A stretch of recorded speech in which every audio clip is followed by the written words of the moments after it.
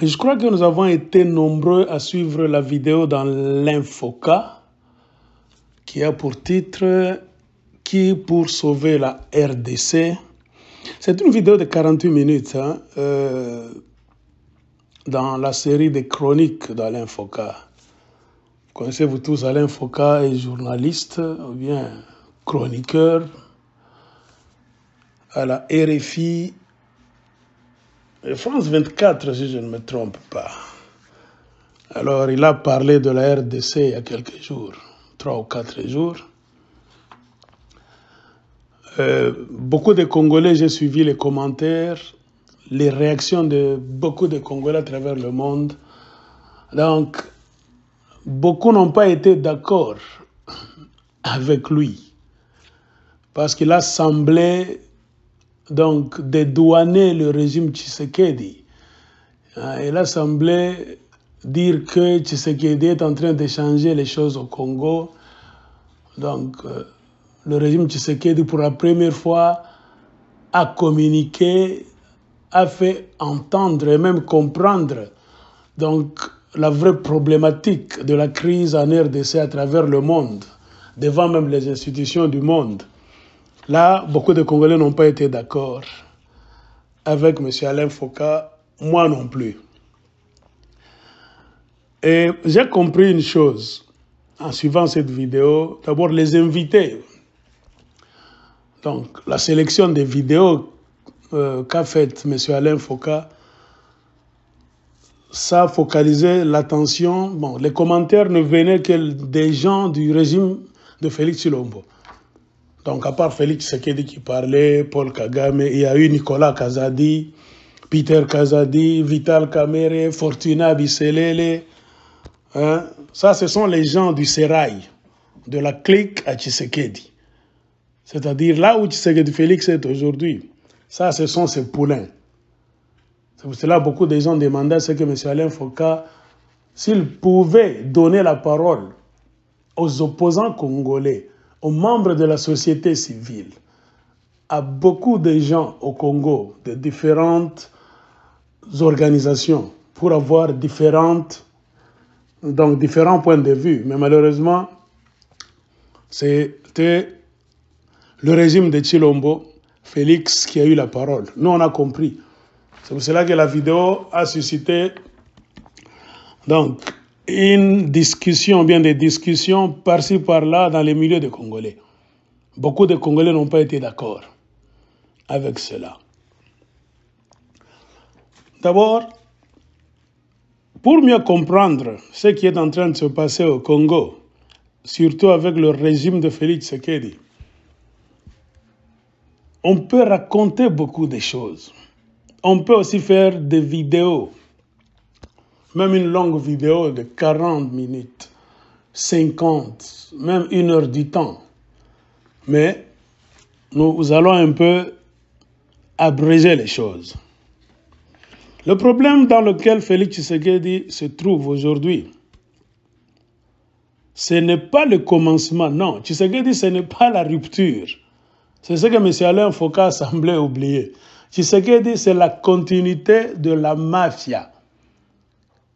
De la mafia dans laquelle on a su plonger la République démocratique du Congo par beaucoup de pays occidentaux et beaucoup d'organisations occidentales, spécialement les pays anglo-saxons, car c'est un jeu qui était planifié de longue date.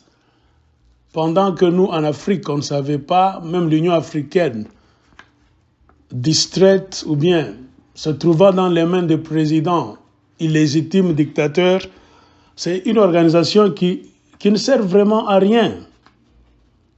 Donc, le jeu était déjà joué depuis longtemps. Ce que nous voyons aujourd'hui, c'est l'accomplissement d'un plan machiavélique, d'un complot qui s'était organisé depuis longtemps. Et au fil des ans, on ne faisait qu'ajouter pierre après pierre pour nous produire ce qu'on a eu aujourd'hui. C'est pour cela que beaucoup de gens ne comprenaient pas auparavant, même les Congolais, on ne comprenait pas vraiment de quoi il s'agissait. Mais je pense que depuis le génocide du Rwanda, jusqu'aujourd'hui, c'est maintenant 28 ans, 29 ans aujourd'hui, les gens devraient comprendre. Et je pense que beaucoup ont compris. Et parmi les gens qui devraient comprendre la situation, pour ne pas tomber dans le piège des Occidentaux, des Anglo-Saxons, je pense que Félix Tshisekedi était mieux placé. Malheureusement, il a trahi le peuple congolais. Pour comprendre l'appartenance de Félix Tshisekedi donc, pour ne pas dire complot, dans ce grand désordre, ce grand chaos, il faut comprendre comment Tshisekedi est arrivé à la présidence. En bref, vous le savez, Joseph Kabila qui ne voulait pas partir. Après, donc, 16 ans au pouvoir, il a voulu ajouter 2 ans. On a appelé ça au Congo glissement, de 2016 à 2018. Et ne voulant toujours pas partir, Kabila a traîné les pieds. Kabila a organisé des élections, en tout cas qui n'étaient pas démocratiques. Des élections organisées donc avec une intention, un plan de plonger le Congo dans l'incertitude, dans le chaos. Et c'est ce qui a fait que Kabila, poussé de l'intérieur et même à partir de l'extérieur, et par les Congolais, et par beaucoup d'institutions sur le plan international, et même beaucoup de pays, étaient obligés de partir. Mais comme lui-même a su qu'il n'avait pas dirigé le Congo très bien, qu'il était donc empêtré dans beaucoup d'histoires louches qui devraient lui coûter très cher après sa présidence, Kabila avait refusé de laisser la présidence, donc de laisser le pays aux Congolais. C'est-à-dire de laisser les élections s'organiser d'une manière transparente, démocratique et tout ce qu'on peut dire. Kabila a tripoté beaucoup de choses. Kabila a refusé à ce que le vrai gagnant des élections de décembre 2018 puisse prendre la présidence. Et je pense que le monde entier connaît le vrai gagnant de ces élections. Malheureusement, ce n'est pas lui qui est devenu président. Et si vous comprenez cela, vous allez comprendre pourquoi Tshisekedi est arrivé là, comment il est arrivé là, et Tshisekedi danse pour qui, il roule pour qui. Et si vous allez changer votre perspective. Le problème qui est là maintenant, Tshisekedi est arrivé là où il est sur base d'un accord, ou bien des accords au pluriel. Si nous pouvons compter les accords, on peut parler de l'accord de Kingakati. C'est ce qui a fait de Félix Tshisekedi, qui lui a donné la présidence. C'est-à-dire Joseph Kabila, refusant de partir, a coupé l'Internet, le signal radio, même le signal télévision en RDC pendant 21 jours. Et pendant ces 21 jours, Kabila était dans des pourparlers avec beaucoup d'autorités à l'intérieur du Congo et même à l'extérieur. Et pendant ce temps-là, M. Alain Foka ne doit pas oublier que l'Union africaine n'avait pas l'intention de venir nous aider, a échoué de venir trancher cette affaire. Pourquoi? C'est Kagame, le même Paul Kagame, qui envoie ses troupes au Congo. C'est lui qui était le président de l'Union africaine. Donc, c'est comme pour dire que l'Union africaine a aussi joué un mauvais jeu. Ainsi, pendant les 21 jours, quand Kabila voulait donc s'accrocher au pouvoir, donc laisser le Congo, non pas dans les mains des Congolais, mais dans les mains donc, des institutions, des gens qui devraient non pas servir le peuple congolais, mais servir d'autres institutions, d'autres peuples en dehors du Congo. Kabila a appelé Félix Tshisekedi dans sa ferme de Kingakati. Ils ont signé un accord le 8 janvier 2019 avec 5 témoins au niveau du Congo, donc les témoins locaux, Et parmi, après ces 5 témoins, il y a eu 3 témoins au niveau international, parmi lesquels le président Uhuru Kenyatta du Kenya, donc l'ancien président aujourd'hui. Parce qu'aujourd'hui, c'est en 2023 et je suis en train de faire cet audio aujourd'hui le 11 janvier 2023. Donc, Uhuru Kenyatta était témoin. Cyril Ramaphosa de l'Afrique du Sud était aussi le deuxième témoin. Et le troisième témoin, c'était Al-Sisi, le président d'Égypte. Ils sont allés avaliser, bénir cette mafia dans la ferme de Kingakati, qui allait amener Félix Tshisekedi à la présidence, tout en défiant la démocratie, les voix, les votes du peuple congolais. C'est ainsi que Tshisekedi est allé là. Et vous allez comprendre, Kabila roulait pour qui? Kabila était dans beaucoup d'histoires avec le Rwanda, l'Ouganda et beaucoup d'autres pays. Et le refus de Kabila de laisser le pays dans les mains des Congolais n'a pas été seulement béni par ces 3 présidents africains, Uhuru Kenyatta, Cyril Ramaphosa, Al-Sisi. Il y avait aussi la bénédiction des États-Unis d'Amérique qui était représentée par l'ambassadeur des États-Unis d'Amérique au Congo. En ce temps-là, c'était Mike Hammer à Kinshasa, qui dépendait de son boss, le secrétaire d'État, c'était Mike Pompeo. Lisez beaucoup d'informations dans le monde, lisez les notes, les revues, donc beaucoup de publications. On va vous dire que beaucoup de pays avaient déjà acté, étaient pour le départ de Kabila et laisser le pouvoir au vrai gagnant qui était Martin Fayulu. Mais l'Amérique a pesé à travers Mike Pompeo, son secrétaire d'État, qui a donné des ordres à l'ambassadeur des États-Unis à Kinshasa, Mike Hammer.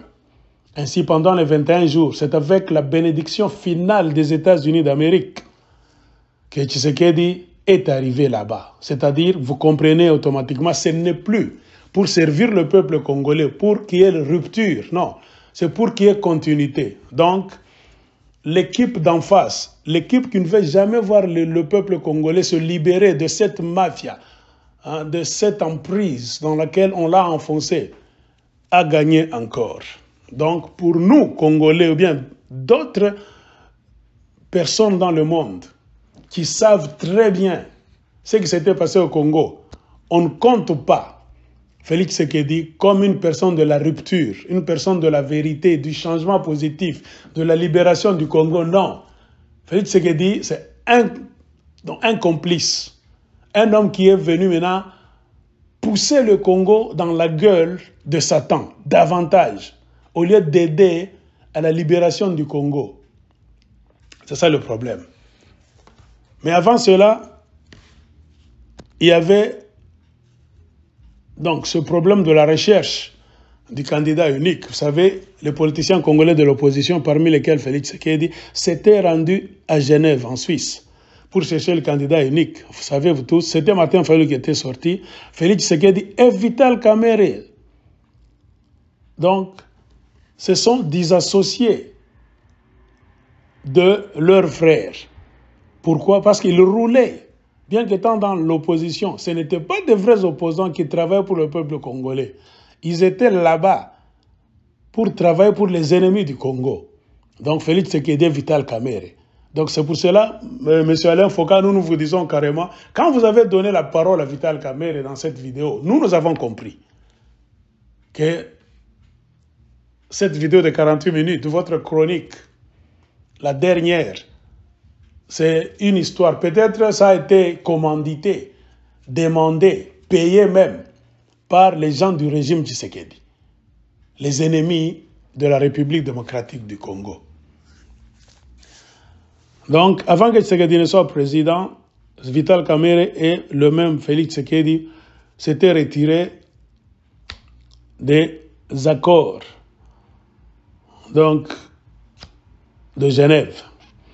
Ainsi, ils sont allés où? Au Kenya, Nairobi, c'est M. Uhuru Kenyatta. Alors vous allez comprendre pourquoi M. Uhuru Kenyatta, pendant les 21 jours, quand on a coupé l'Internet, était venu en catimini au Congo avec le président sud-africain Cyril Ramaphosa et le président égyptien Al-Sisi.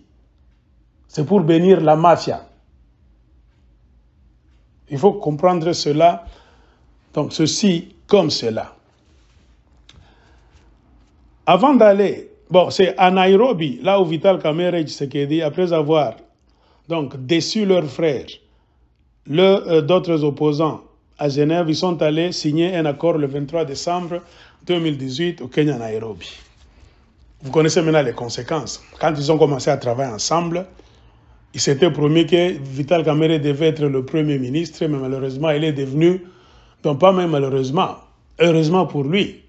Pourquoi? Parce qu'il était toujours auprès de Félix Tshisekedi en tant que chef de cabinet. Et c'est pendant ce temps que beaucoup de choses qui échappaient des mains de Kagame et de Museveni et de leurs maîtres en Occident ont été remises gentiment dans les mains de Kagame, renforcées même. Kagame est redevenu trop fort. Museveni est redevenu aussi trop fort. Pourquoi? Le travail de Kagame, de Félix Tshisekedi et de Vital Kamerhe, c'était de remettre le Congo sous les genoux de Paul Kagame. Les conséquences, vous les connaissez.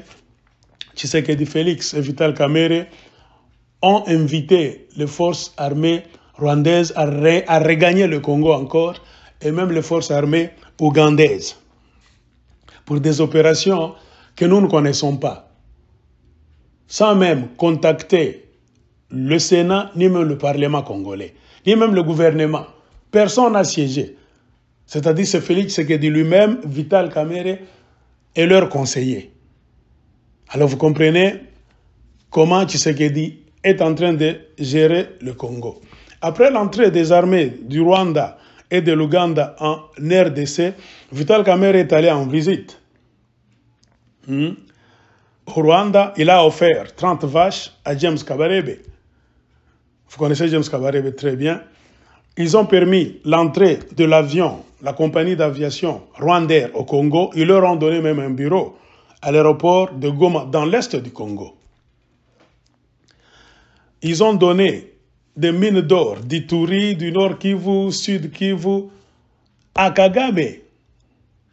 Mais quand vous regardez pendant ce temps-là, jusqu'à aujourd'hui, Tshisekedi et ses gens ont passé presque 4 ans à la tête du Congo à piller, à voler, à détourner des sommes grandes, des sommes grandioses, sans construire le Congo, sans jamais servir le peuple congolais.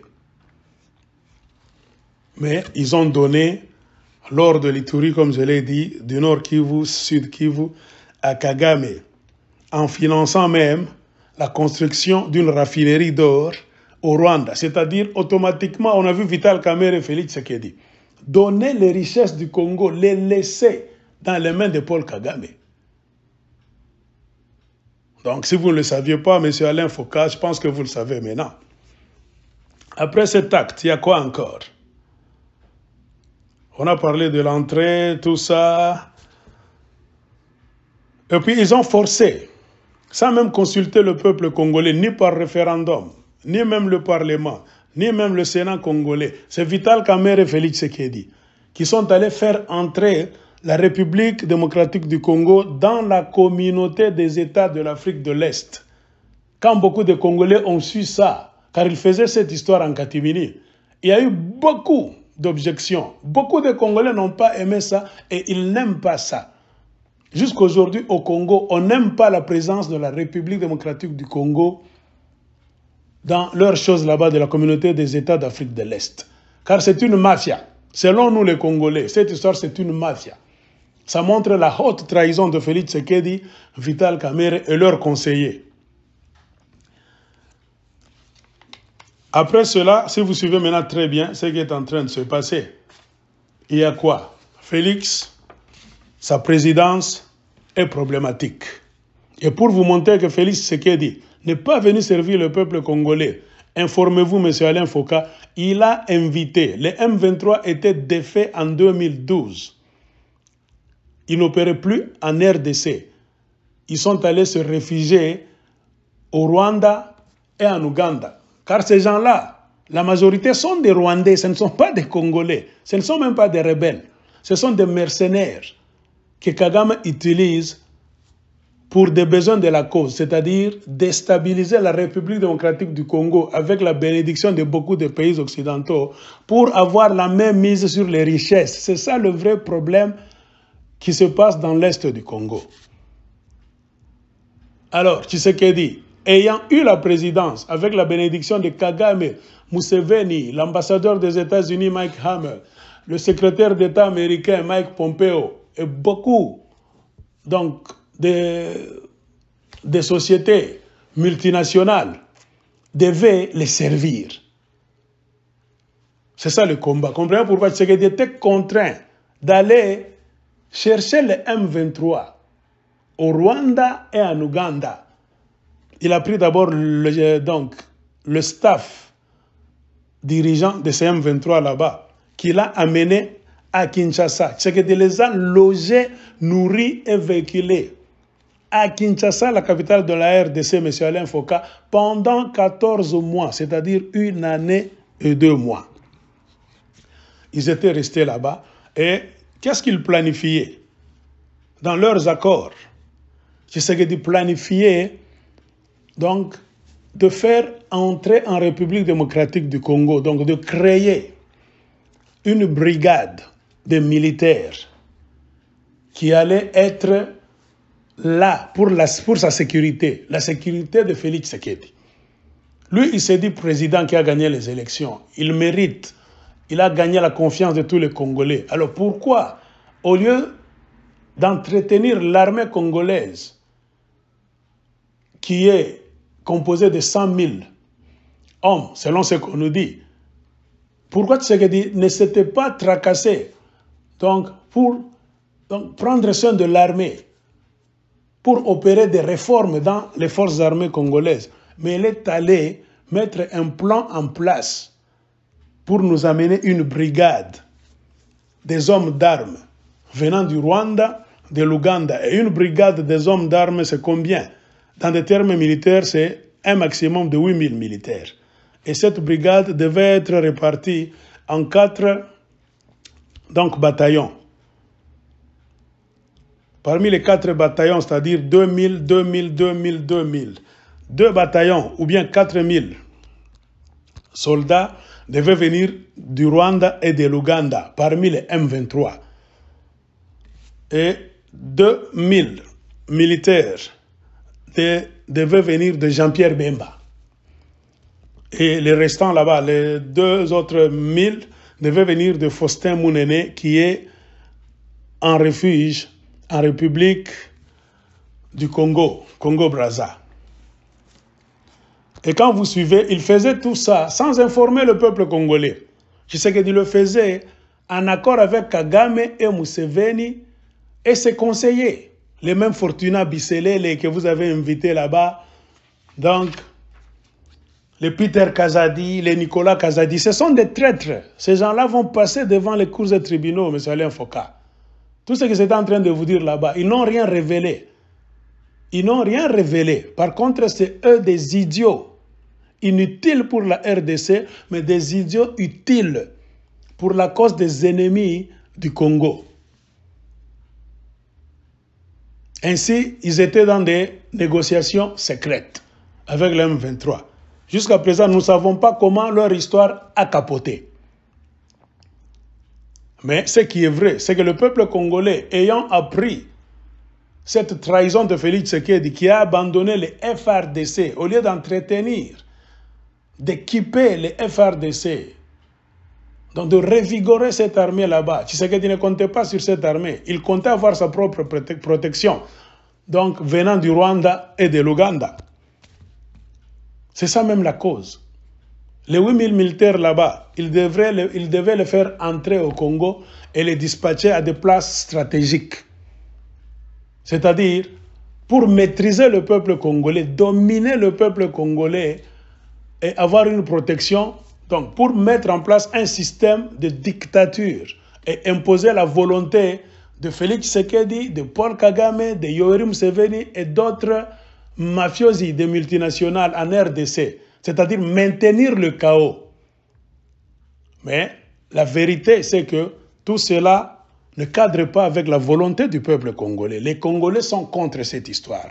C'est l'une des raisons qui a fait que Tshisekedi a reculé.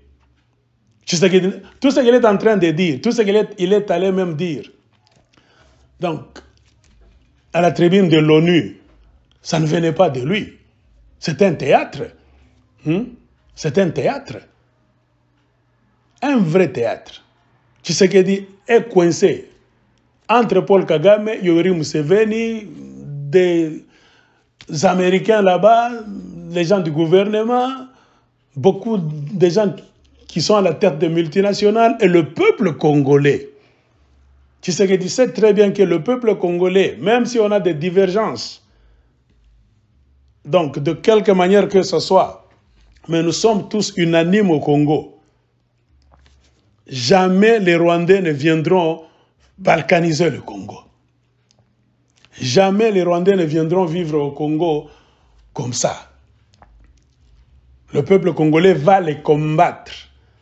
On va créer des groupes d'autodéfense populaire, comme ça se trouve déjà dans l'est du Congo. Et ce sont ces groupes d'autodéfense populaire qui, pendant beaucoup d'années, ont réussi à sauver les provinces telles que de l'Ituri, Nord Kivu, Sud Kivu, qui devraient tomber, ou bien qui devaient tomber depuis longtemps, M. Alain Foka, dans les mains de Kagame.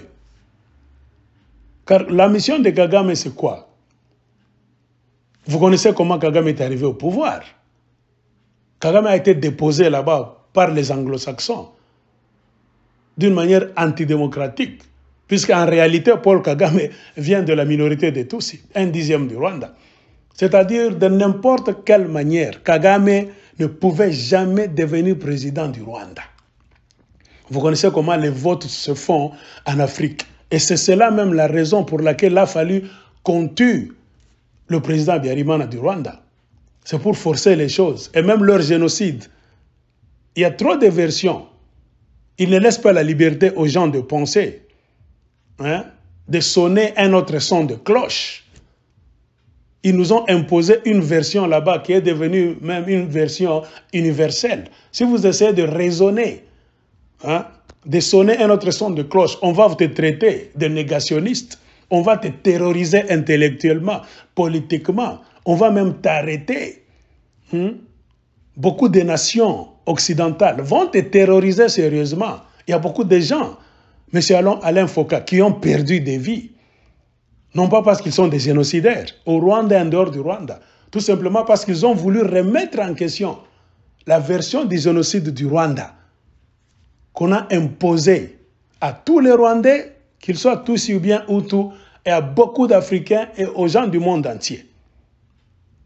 C'est ça la vraie question. Et pendant ce temps-là, Kagame ne s'était pas arrêté seulement au Rwanda. Car vous connaissez, M. Alain Foka, comment travaillent les Occidentaux. Les Occidentaux n'avaient pas besoin du Rwanda, car au Rwanda, il n'y a rien. Le Rwanda, c'est un pays pauvre. Tout ce qui s'est fait au Rwanda, c'était pour bousiller le système démocratique, afin d'imposer d'une manière dictatoriale Kagame comme un pion des anglo-saxons au Rwanda, afin d'ouvrir un couloir par tous les moyens. Un couloir qui allait venir du Rwanda pour entrer en République démocratique du Congo. Soi-disant, chasser Mobutu, aider les Congolais, la démocratie, car c'est Mobutu qui était le dictateur. Ils nous ont menti de toutes les manières. Et comme les Congolais étaient fatigués de Mobutu, les choses étaient faciles. Dans presque 6 mois, Mobutu était tombé. Mobutu n'était pas tombé parce que l'armée de Kagame, de Museveni et consorts, c'était des armées fortes, non. Parce que le peuple congolais était fatigué de Mobutu, même les forces armées zaïroises au temps de Mobutu n'ont pas voulu se battre. On cherchait nous tous le changement. C'est pour cela qu'on a cru que ces gens-là, en tant qu'Africains, allaient venir nous aider. Ça existe partout. Des pays africains, vous parlez de l'Union africaine, nous devons nous entraider pour de bonnes choses, de bonnes causes. Mais les Rwandais et les Ougandais du régime de Kagame Museveni n'étaient pas entrés au Congo pour aider les Congolais. Nous, on ne le savait pas. Ils ont fait d'une pierre deux coups, faire partir Mobutu et occuper le Congo. Et renseignez-vous très bien, M. Alain Foka, vous allez voir qu'ils ont tué plus d'hommes au Congo qu'au Rwanda. Au jour d'aujourd'hui, si nous voulons bien parler, le 11 janvier 2023, au Congo, il y a plus de 12 millions de morts. C'est-à-dire 15 fois le génocide du Rwanda qui n'a réclamé que la vie de 800 000 personnes. Et 2 fois donc l'Holocauste des Juifs, au temps d'Hitler. Mais regardez le comportement des pays du monde, de la communauté internationale. On nous parle plus du génocide du Rwanda. On en fait un grand drame. Alors que Kagame a tué et au Rwanda et au Congo. Kagame a tué et les Tutsis, et les Hutus, et les Congolais. Non pas pour lui seul, pour obéir aux injonctions de ses maîtres, afin de contrôler la région des Grands Lacs, non pas pour les beaux yeux de Kagame et de Tutsis, non. C'est pour maintenir le Congo dans un état de chaos, afin de faire quoi? De piller les richesses les plus demandées, les plus chères, pour la nouvelle technologie qui se trouve où? En République démocratique du Congo. C'est-à-dire quoi? Nous n'avons plus le droit, nous les Congolais, de jouir de nos richesses. Hein? Nous n'avons plus le droit de contrôler notre territoire, notre pays, de décider de quelle manière nous voulons vivre. Nous n'avons plus le droit de reconstruire la démocratie au Congo, de jouir, d'avoir le bonheur. Non. Et les mêmes personnes qui sont en train de nous plonger dans le chaos, qui ont créé ce chaos, quand vous les voyez, vous les entendez parler, mais vous allez regretter. Ils veulent donner l'impression au monde que ce sont les bons samaritains, qu'ils font tout pour aider les Congolais, mais le problème se trouve au Congo. Non. Le problème de la crise au Congo ne se trouve pas au Congo. Ce qui se trouve au Congo, ce sont les conséquences. La cause se trouve ailleurs. Et celui qui a mis ce système en place, c'est M. Bill Clinton. M. Foka, si vous ne le savez pas, c'est ça la vérité qu'on ne vous dit pas ou bien qu'on ne vous dira jamais. C'est l'administration Clinton qui est venue planter cette semence négative dans la région des Grands Lacs, pour contrôler la région des Grands Lacs. C'est l'administration Clinton qui a mis cette fondation de mensonges, de violence et du chaos que toutes les administrations américaines, à partir de Bill Clinton, sont en train de respecter, donc de suivre à la lettre pour que ça reste là comme ça. C'est pour cela, au Congo, des personnes honnêtes, M. Alain Foka, vont vous dire Kagame ne peut jamais être un interlocuteur pour dire la vérité au monde à propos du Rwanda et du Congo. Non. Museveni non plus. Et les politiciens congolais remarquaient pourquoi est-ce qu'il y a un combat, un cafouillage en République démocratique du Congo. On ne veut pas qu'il y ait démocratie, qu'on respecte les votes, les élections, qu'on nous laisse notre territoire en paix, qu'on ne vienne pas nous déranger, qu'on ne tue pas les Congolais, qu'on ne les déplace pas de leurs villes et villages, M. Alain Foka. Tout ça avec l'intention de faire quoi? De laisser des territoires vides dans l'est du Congo. Pourquoi? Parce que c'est là où se trouvent des minéraux. Il y a du coltan, de l'olframite, la cassitérite est là-bas. Il y a l'or, il y a beaucoup de choses, la flore, la faune. Les politiciens occidentaux, spécialement les anglo-saxons, avec à la tête les politiciens américains, mais c'est Alain Foka, vous devez le savoir, c'est eux qui sont en train de jouer ce jeu macabre, de faire assassiner les Congolais par les mercenaires venant du Rwanda et de l'Ouganda. Dans de bons termes, nous n'appelons pas ces militaires là-bas des rebelles, car ils ne sont pas Congolais.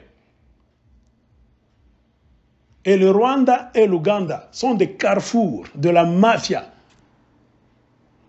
des pillages qui se font en République démocratique du Congo. Et ce sont des pépinières, ces deux pays-là, là où on fabrique des mercenaires de tous bords, pour les lancer sur le territoire congolais avec pour mission de déstabiliser le Congo, de déplacer les Congolais de leurs villes et villages, de les tuer, les voler, les violer, avec pour but ultime de rester au Congo aussi longtemps que possible pour piller les minéraux les plus demandés de notre époque. C'est ça la vérité. C'est comme pour vous dire quoi? Si l'Amérique voulait finir cette guerre, M. Alain Foucault, elle pouvait le faire depuis longtemps. L'Amérique sait très bien. L'Amérique laisse le Congo là-bas. L'Amérique laisse l'armée congolaise. Mais l'Amérique va entraîner les militaires rwandais, les militaires ougandais. C'est l'Amérique qui cherche des contrats pour les militaires rwandais, pour les envoyer dans le monde. Hein? Dans le cadre de l'ONU, de je ne sais quoi. Qui le fait? C'est l'Amérique. Donc on fait tout pour développer l'armée de Kagame et de Museveni, pour leur donner des moyens. Vous connaissez l'histoire de l'embargo. Un embargo tellement flou, qui ne dit pas son nom. Là où tout le monde a vu que c'est une injustice, là où personne n'a su dire la vérité, qu'ils soient américains ou bien occidentaux de l'Europe, personne n'a su dire la vérité. C'est-à-dire, on lie la République démocratique du Congo, on l'empêche donc de se défendre.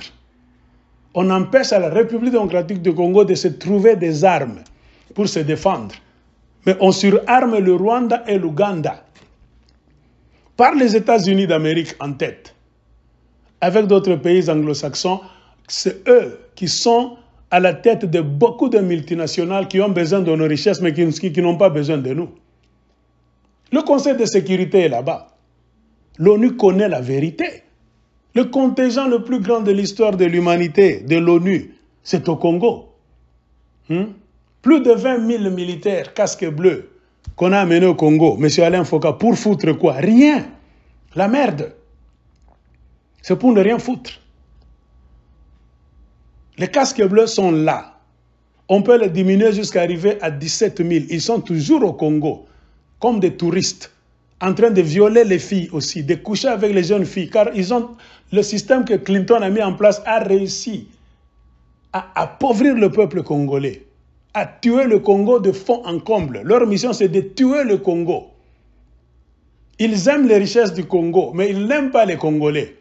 Et Kagame et Museveni, si vous les considérez comme des messieurs respectables dans le monde, des présidents qui ont réussi, non, ça c'est la mafia. C'est le mensonge qu'on est en train d'insuffler au monde par les Occidentaux. Pour de vrais Africains, et nous le disons au Congo, Kagame et Museveni sont les garçons de course.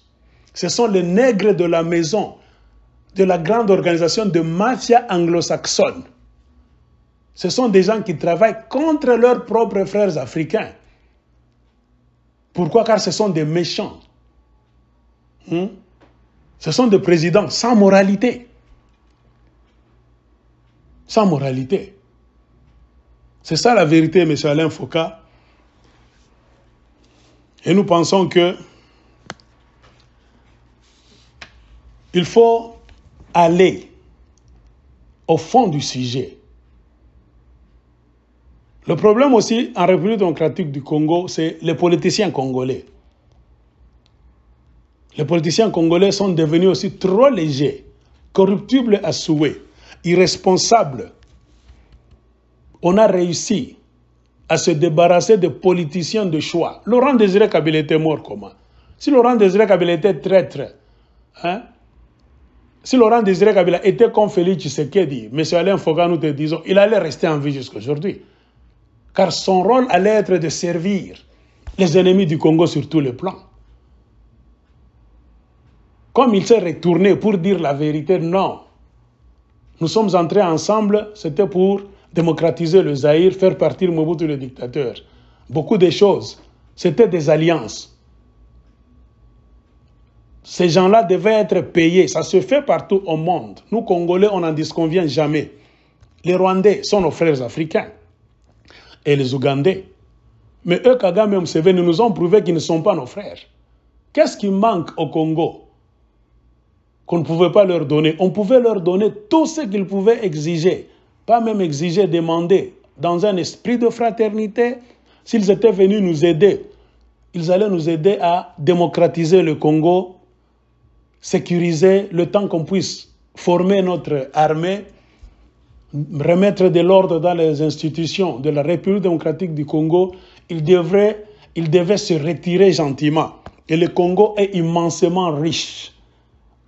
On n'allait rien manquer pour donner aux Rwandais et aux Ougandais. Mais comme ils sont venus aux Congolais, non pas pour une entraide entre Africains, non, ils étaient envoyés par les Anglo-Saxons. Et Kagame et Museveni ont une chose en commun. Ils sont parmi les présidents les plus méchants de l'Afrique. Ils viennent des minorités dans leur pays, mais ils aiment tellement le pouvoir, capables de tout faire, de tuer pour rester au pouvoir. Et les Occidentaux sont en train de les utiliser. Pourquoi pas? Les Occidentaux aiment ça. Quand Kagame ouvre sa bouche là-bas pour parler, c'est la mafia. C'est la mafia. Kagame n'a pas de leçon donnée aux Congolais. Tshisekedi aussi, quand il est en train de parler, de crier là-bas, c'est qu'il est en train de dire aujourd'hui, monsieur Alain Foka, vous êtes journaliste de carrière, faites vos enquêtes. Qu'est-ce que Tshisekedi est en train de dire de nouveau qui n'a jamais été dit? Est-ce que vous ne savez pas, vous, Alain Foka, qu'on a déjà dit 1001 fois que c'est le Rwanda qui nous attaque? Joseph Kabila l'avait déjà dit. Laurent Désiré Kabila l'avait déjà dit. Beaucoup de Congolais, beaucoup d'opposants, Martin Fayulu l'avait déjà dit. Beaucoup d'opposants ont dit ça. Pourquoi est-ce que ça n'a pas semblé spécial? Même vous, quand vous avez fait votre chronique, qui pour sauver la RDC, pourquoi vous avez semblé donc donner trop d'importance à la déclaration de Tshisekedi qui dit que c'est le Rwanda qui nous attaque? Tshisekedi ne nous donne pas quelque chose de nouveau. Non. Ce n'est pas Tshisekedi qui est en train de nous informer que c'est le Rwanda qui nous attaque. Non. Nous, on le savait. Ça fait plus de 25 ans que nous le disons au Congo. Pourquoi est-ce qu'on ne veut pas nous entendre? Pourquoi est-ce qu'on veut faire semblant d'entendre Tshisekedi? Non, parce que Tshisekedi fait partie de cette mafia-là. Et dans le même système qu'on a réussi à mettre en place, c'est-à-dire créer le chaos au Congo, voler les richesses pour aller les dispatcher, commencer à les vendre à partir de l'extérieur, tel qu'on a réussi à le faire. Et pour le faire convenablement, il faut créer un chaos au Congo, comme dans l'est du Congo. Et Tshisekedi maintenant, Félix, a amené ce même système au sud du Congo, au Katanga. Comprenez pourquoi Tshisekedi lui-même est allé contacter le président zambien Hakainde Hichilema. Avec quelle intention? De prendre maintenant le lithium, une autre richesse, la plus enviée, la plus recherchée du moment, pour les batteries électriques des véhicules. Pourquoi ne pas ouvrir des usines, exploiter ces richesses là-bas, les faire sortir de la terre, les raffiner au Congo, construire des usines au Congo, les transformer au Congo, pour donner du boulot aux Congolais? Pourquoi Tshisekedi est en train de pousser, sans même informer encore le Parlement, ni même le Sénat, ni même le peuple congolais? Comprenez pourquoi Tshisekedi a été mis là? Tshisekedi a été mis là-bas par la très longue chaîne de mafia internationale. Il est allé appeler le président zambien Hakainde Hichilema pour prendre, avec le projet de prendre notre lithium, pour l'amener dans des usines qu'on va créer en Zambie. C'est-à-dire, nous les Congolais, nous sommes des bêtes, on va rester là en train de souffrir, de mourir. Dieu nous a donné le Congo et ses richesses pour ne pas en bénéficier. Tout politicien congolais, président soit-il, qui a de bonnes idées pour servir le peuple congolais, on va les tuer par la même communauté internationale pour nous parachuter des idiots comme Félix Tshisekedi et nous tromper par des discours que les gens se soucient du peuple congolais. Non, jamais de la vie.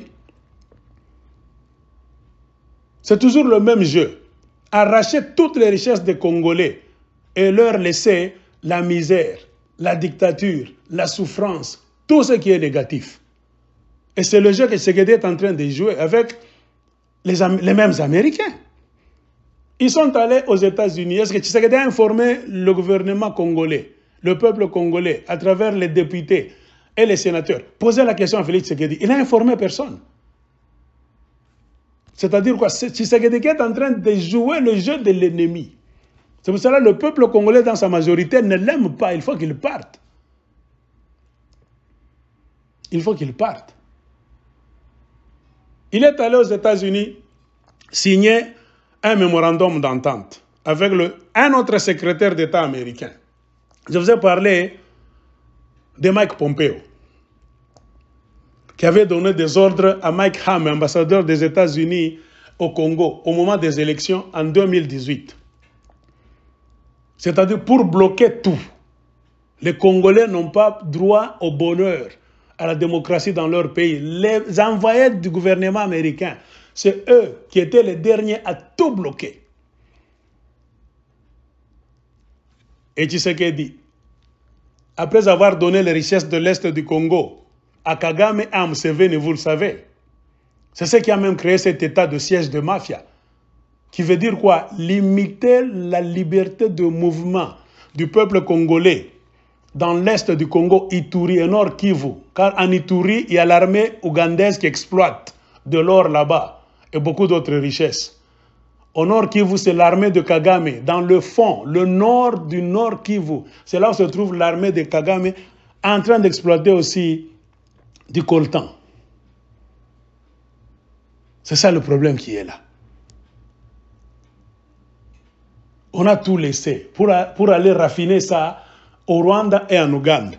Et le Rwanda est devenu le carrefour de toute la grande mafia internationale. Pourquoi les gens n'écoutent que la parole de Kagame? Non.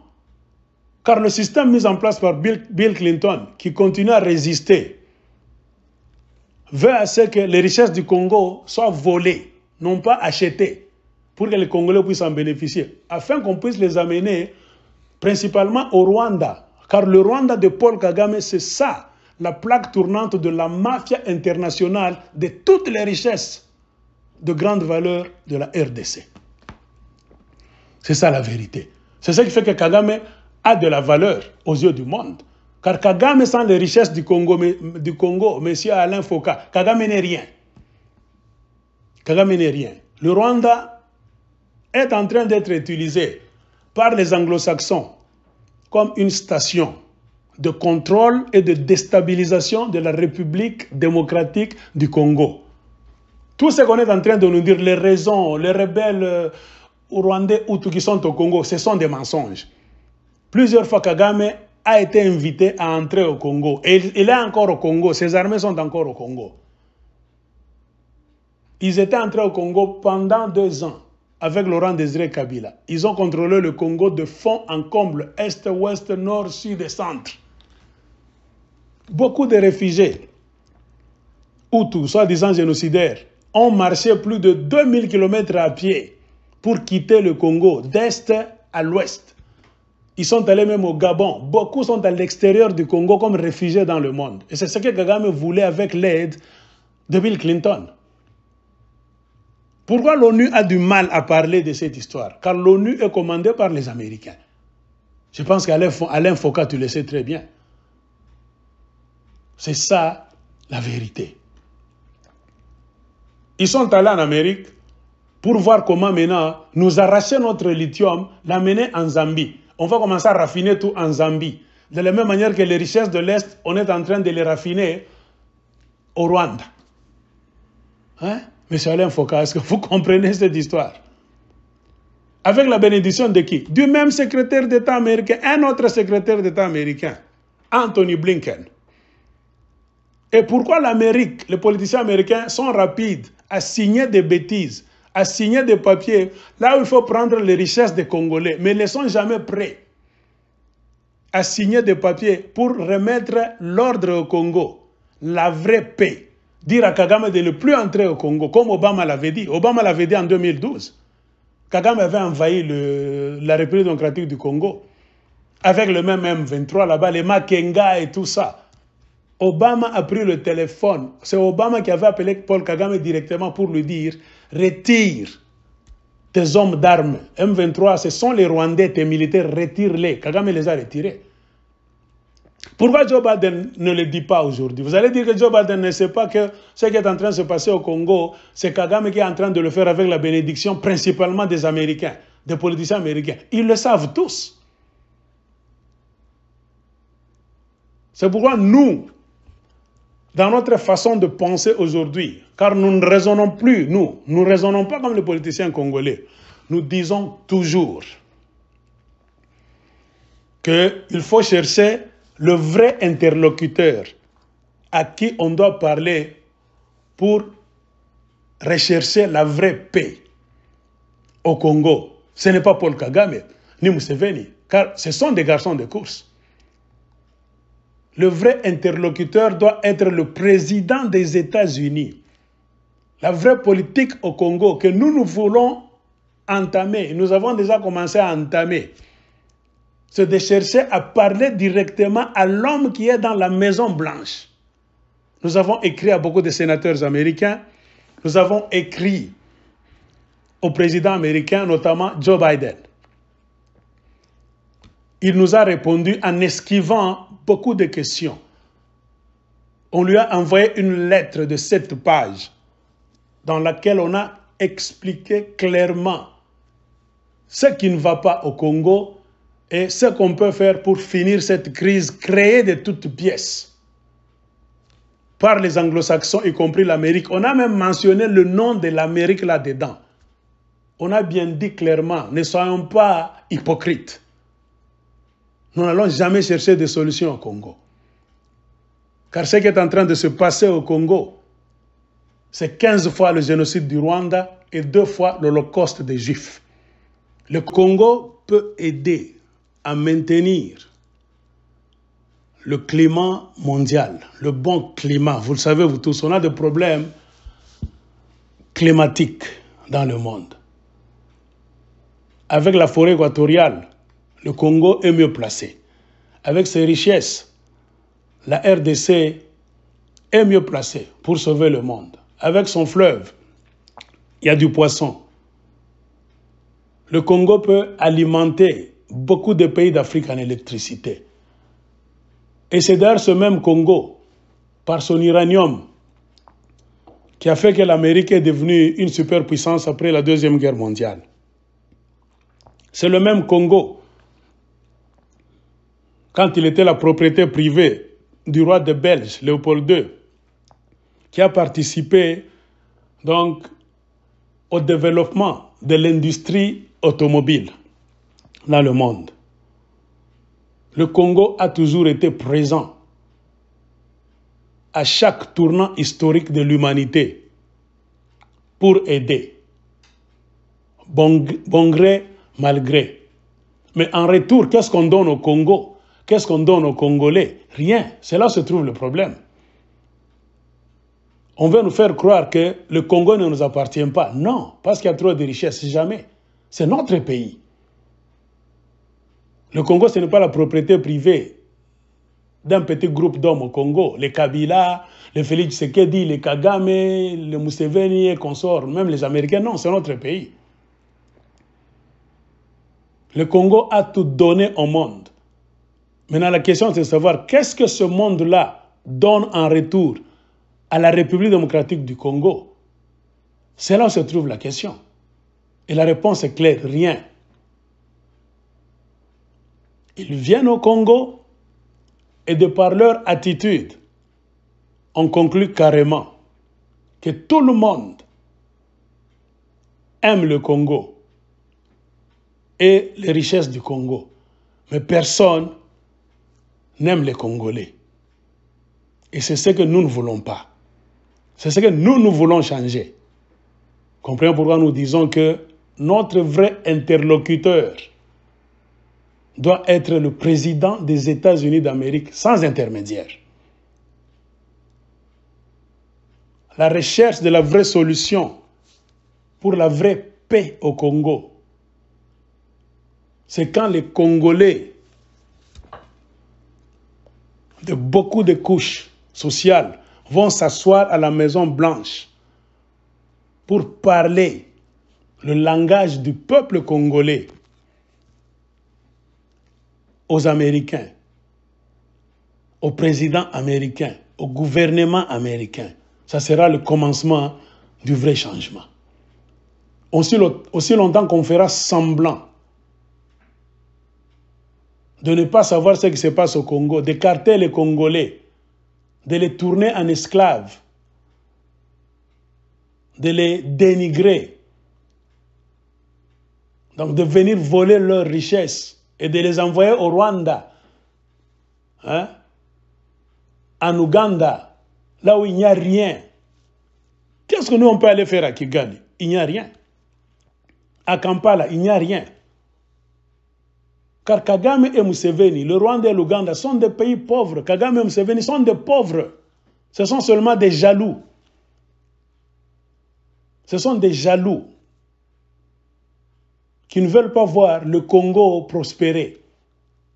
Ils veulent maintenant changer. Tout ce qu'on est en train de dire, M. Alain Foka, ce sont des mensonges. Ils veulent changer même la géographie du Congo, même l'histoire. Occuper des terres, parler des Rwandais qui étaient au Congo, des morceaux de terre, tout ça. On a beaucoup de choses à vous dire. Nous ne devons rien aux Rwandais. Nous ne devons rien au Rwanda. Par contre, c'est le Rwanda qui nous doit des terres. Il y a nos terres qui sont au Rwanda, que les Belges avaient données au Rwanda. Parce que le Rwanda est tout petit, a toujours été tout petit. Le lac Kivu que vous voyez là-bas était à l'intérieur du Congo. Donc quand vous regardez bien la partie ouest du lac Kivu, qui est maintenant au Rwanda, c'était à l'intérieur du Congo. L'histoire déclare cela très bien. Pourquoi les gens ne sont pas prêts à nous aider? On vient même créer des fausses tribus au Congo. Les Banyamulenge sont les Congolais, tout ça. Ils cherchent par tous les moyens. Les Belges sont là. Les Belges étaient venus au Congo. Ils ont rencontré des tribus au Congo, des royaumes, des empires, qu'ils ont mis ensemble, et c'est ce qui est devenu le Congo. Qu'ils nous disent quel chef coutumier des Rwandais qu'ils ont rencontrés au Congo, qui parlait Kinyarwanda. Quel chef coutumier qui parlait Kenyamulenge, un chef coutumier appelé Mulenge, qui avait donné ses terres au roi des Belges pour que le Congo soit mis au monde. Qu'on nous dit. Alors vous allez comprendre, M. Alain Foka, c'est un complot international. Tout le monde connaît la vérité au niveau de l'Occident, mais personne n'est prêt à ouvrir sa bouche pour voir le Congo être en paix et changer. C'est ça la mauvaise foi. C'est ça la mauvaise foi. La France connaît la vérité, la Belgique connaît la vérité et les États-Unis, ils connaissent la vérité. Tous. Quand je parle de la France, de la Belgique et des États-Unis d'Amérique, je ne parle pas de pauvres citoyens, non. Je parle des gens qui gouvernent ces trois pays-là. Ils savent la vraie vérité du génocide qui est en train d'être perpétré au Congo par leur machination en utilisant Kagame et Museveni, qui est le génocide le plus ignoble de l'humanité, car ça réclamait beaucoup la vie de beaucoup de gens, plus que même le génocide du Rwanda et l'Holocauste des Juifs. Donc nous arrêtons par ici, tout en martelant que c'est le jour où il y aura dialogue direct entre les gens de la société congolaise et le pouvoir américain. C'est là, c'est le jour-là, c'est ce jour-là qu'on dira, voici maintenant le commencement de la vraie recherche des solutions aux problèmes du Congo. Tout le reste, c'est la comédie et la méchanceté humaine. Merci.